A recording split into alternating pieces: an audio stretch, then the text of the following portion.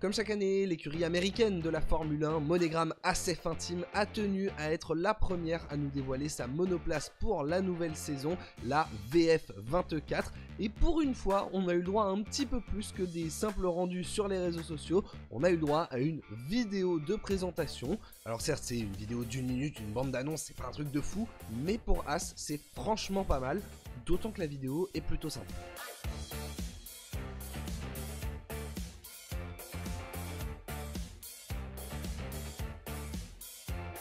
Monogram ASF Team nous dévoile donc une voiture dans la lignée de la première année de leur collaboration, une voiture à la dominante noire, même si en piste ce sera du carbone bien évidemment, ils vont juste ne pas la peindre afin de gagner du poids. Le noir prend de plus en plus de place cette année, notamment sur le museau qui en est totalement recouvert, même si la monoplace conserve ses traits blancs et rouges afin quand même de lui donner une certaine allure. Elle a été globalement restylisée avec par exemple le As sur les pontons qui est encore plus gros que l'année dernière, qui n'est plus handicapé par une ligne blanche juste au-dessus de lui. Le logo Monogram a été restylisé, on lui laisse un petit peu plus de place et globalement je trouve que ça rend un petit peu mieux. Les numéros ont été modifiés, ils prennent plus de place cette année. On a conservé les ailerons en rouge, même si les plans latéraux sont maintenant en blanc. Et les lignes globales de la voiture ont été retravaillées, ce qui est franchement pas plus mal parce que sur celle de l'année dernière, notamment au niveau du capot moteur, ça faisait un petit peu livret de base sur un jeu vidéo. Là franchement c'est plus propre, plus épuré. Dites-moi ce que vous en pensez dans les commentaires, mais personnellement je trouve que c'est une évolution en bien. Cette As conserve l'identité de celle de l'année dernière, mais il y a globalement une amélioration sur la livrée. Personnellement je valide.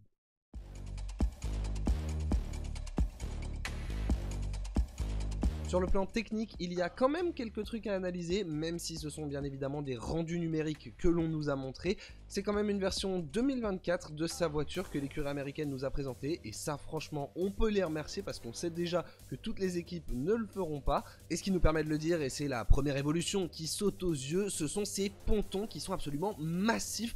Ils ressemblent pas mal à ceux de la Red Bull, forcément, on s'inspire de ceux qui gagnent. C'en est terminé des bassines type Ferrari, As aura cette année donc de gros pontons massifs, avec des entrées d'air qui ressemblent dans le design à ce qu'ils avaient l'année dernière, mais qui là aussi convergent vers la solution de Red Bull, puisque l'on a ces fameuses pelles pour diriger l'air vers l'entrée d'air, et puis en dessous, on a quand même une assez grosse découpe du ponton. Sur les autres points assez marquants, As abandonne sa cheminée en forme de triangle, même si la structure reste la même, vous voyez qu'autour ça a été élargi pour former un rond, et juste derrière, le capot moteur est extrêmement fin, ce qui contraste quand même nettement avec l'épaisseur des pontons. Enfin pour ce qui est des ailerons, l'aileron avant ressemble beaucoup à ce que l'on avait l'année dernière, notamment du côté du museau qui est pratiquement le même. Les plans latéraux ont été retravaillés et affinés, même s'il ne faut pas exclure qu'on ait un nouvel aileron à Bahreïn, c'est tout à fait possible qu'on ne veuille pas encore nous montrer toutes les petites nouveautés. Et puis du côté de l'aileron arrière, il paraît assez massif lorsque l'on suit la As, même si c'est forcément la réglementation actuelle qui veut cela. Et lorsque l'on observe la vidéo, on voit qu'il y a une découpe extrêmement radicale. Chaque partie forme de grosses entailles.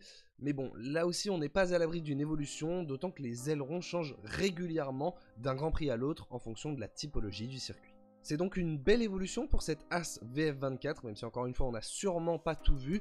L'écurie semble forcément converger vers les solutions qui paraissent les plus efficaces. En même temps, elle a terminé dernière du classement constructeur l'année dernière, donc forcément elle s'inspire de ce qui se fait autour.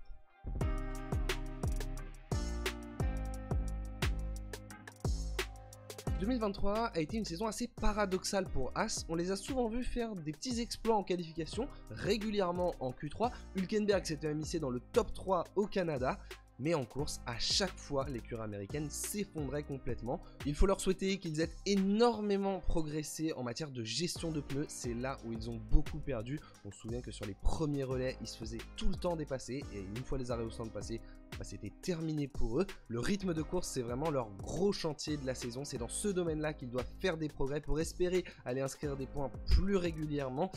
Même si forcément quand vous êtes dans le fond de peloton, il vaut peut-être mieux faire de gros exploits une ou deux fois où vous allez marquer plein de points plutôt qu'être tout le temps 12e ou 13e. Après au global, l'écurie américaine va devoir faire de gros progrès, ils n'ont inscrit que 12 points la saison dernière, dernier du classement constructeur, c'était vraiment une année compliquée.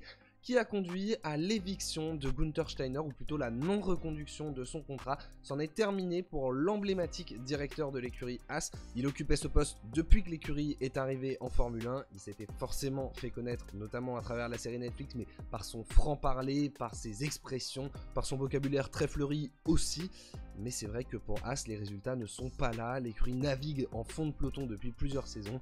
Et là, ils ont retouché le fond une nouvelle fois, dernier du classement.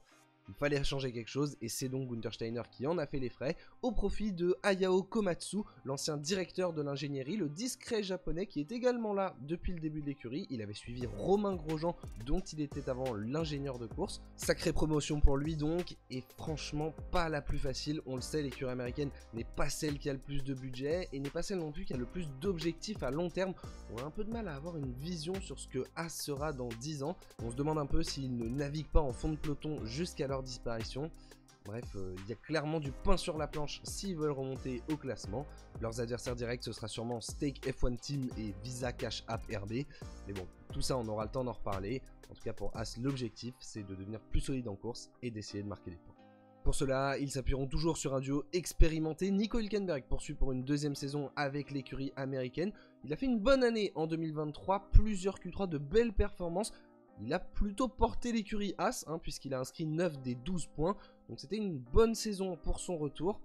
Maintenant, pour Nico Hülkenberg, quels sont les objectifs là aussi à long terme? C'est un petit peu compliqué à dire. Il est en fin de contrat à la fin de la saison, donc on surveillera forcément sa situation, de même que celle de son coéquipier Kevin Magnussen, qui lui pour le coup sort d'une année beaucoup plus difficile. Après un retour réussi en 2022, c'était vraiment compliqué en 2023, et il va devoir se méfier des jeunes qui poussent à la porte, notamment un certain Oli Berman, promu pilote de réserve cette saison, et qui aura le droit à pas moins de 6 séances d'essais libres sur toute l'année. L'écurie Haas est dithyrambique à son propos. Clairement, il a de bonnes chances d'être dans la voiture en 2025 et ce sera aux frais d'un des deux titulaires. Haas s'engage donc dans sa 9e saison en Formule 1 sans réels objectifs si ce n'est celui de quitter le fond de peloton pour rejoindre le milieu de grille et se battre régulièrement pour des points. Elle devra en tout cas porter les couleurs américaines qu'elle affiche fièrement sur sa monoplace, étant donné qu'avec le refus de la F1 pour Andretti, elle restera la seule représentante américaine pendant encore quelques années.